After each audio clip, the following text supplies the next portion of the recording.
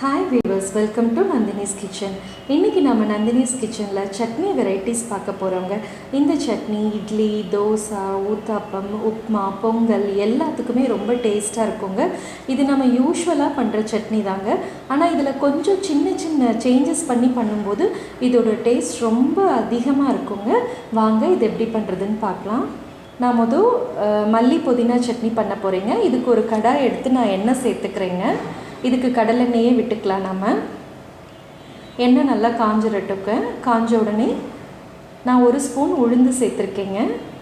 1/2 spoon நான் சீரகம் சேர்த்துருக்கேன். ரெண்டும் நல்லா பொரிஞ்சிரட்டும். கூடவே கொஞ்சம் பெருங்காயமும் சேர்த்துக்கலாம். இதோட நான் கொஞ்சமாக புளி சேர்த்துருக்கேங்க.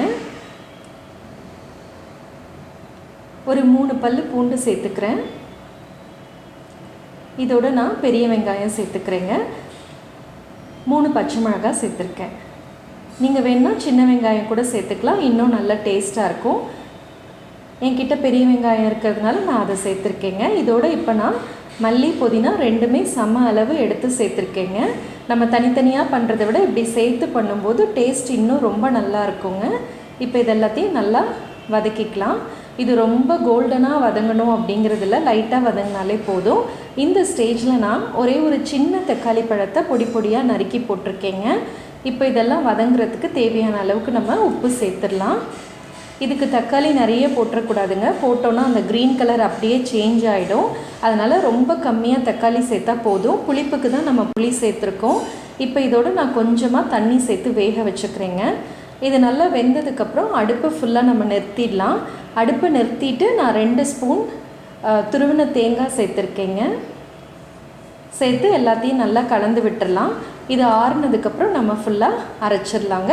பாருங்கள் எவ்வளோ க்ரீனாக எவ்வளோ டேஸ்ட்டாக இருக்குங்க சட்னி. டெஃபினட்டாக ட்ரை பண்ணுங்கள், நல்லாயிருக்கும். இப்போ நம்ம இன்னொரு சட்னி பார்க்கலாங்க. இதுக்கு நான் நல்லெண்ணெய் எடுத்துக்கிறேன். இப்போ நம்ம தக்காளி சட்னி பண்ண போகிறோம். இதுக்கு நான் கடலைப்பருப்பு சேர்த்துக்கிறேன். இதுக்கு கடலைப்பருப்பு சேர்த்து செஞ்சாலே ரொம்ப டேஸ்ட்டாக இருக்குங்க. நான் கூடவே கொஞ்சோண்டு சீரகமும் இப்போ பெருங்காயமும் சேர்த்துக்கிறேங்க. ஒரு பெரிய வெங்காயம் பொடி பொடியாக நறுக்கி சேர்த்துருக்கேங்க. இதுக்கு நான் 6 வரமிளகாய் சேர்த்துருக்கேன். இது உங்கள் காரத்துக்கு தகுந்த மாதிரி நீங்கள் சேர்த்துக்கோங்க. வெங்காயம் ஓரளவுக்கு வெந்ததுக்கப்புறமா நம்ம தக்காளி சேர்த்துக்கலாங்க.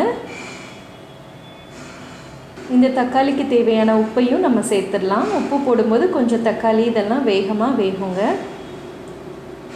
நல்லா கலந்து விட்டு இதுக்கு நம்ம ஒரு மூடி போட்டு வேக விட்டுறலாங்க.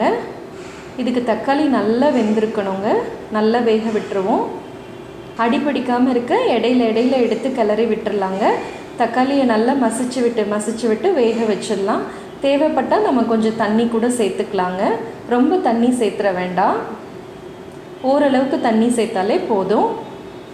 நாங்கள் யூஸ்வலாக சட்னி தாளிக்க மாட்டோங்க, ஆனியன் சட்னியை தவிர. நான் முன்னாடி பண்ண மல்லி சட்னியும் தாளிக்கலை, இந்த சட்னியும் தாளிக்க போகிறதில்ல. அதனால் நம்ம அடுப்பில் இருந்து இறக்கும் போதே ஓரளவுக்கு தண்ணி சரியாக இருக்கிற மாதிரி பார்த்து நம்ம இறக்கிக்கணும். இப்போ தக்காளி சட்னிக்கு இந்த அளவுக்கு லிக்விடாக இருந்தாலே கரெக்டாக இருக்குங்க. ஏன்னா தேங்காய் போட்டு நம்ம அரைக்கும்போது சட்னி கெட்டி ஆகிடும். இது உங்களுக்கு தேவைன்னா நீங்கள் தாளிச்சுக்கலாம். ஆனால் இது தாளிக்காமலே சாப்பிட்லாங்க, அவ்வளோ டேஸ்ட்டாக இருக்கும். இப்போ தக்காளி நல்லா வெந்துருச்சுங்க. இந்த ஸ்டேஜில் நான் துருவின தேங்காய் சேர்த்துக்கிறேன். இதோடு நான் கொஞ்சம் பச்சை கருவேப்பிலை சேர்த்துக்கிறேங்க. இப்படி பச்சையாக கடைசியில் கருவேப்பிலை சேர்த்து அரைக்கும் போது சட்னி ரொம்ப ரொம்ப டேஸ்ட்டாக இருக்குங்க.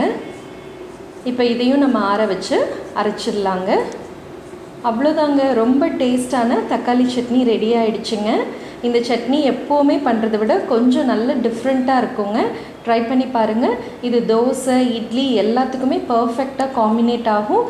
கண்டிப்பாக ட்ரை பண்ணுங்கள். உங்களோட ஃபீட்பேக்ஸ் அண்ட் கமெண்ட்ஸை போஸ்ட் பண்ணுங்கள், லைக் பண்ணுங்கள், ஷேர் பண்ணுங்கள், சப்ஸ்கிரைப் பண்ணுங்கள். Thank you viewers, thank you so much.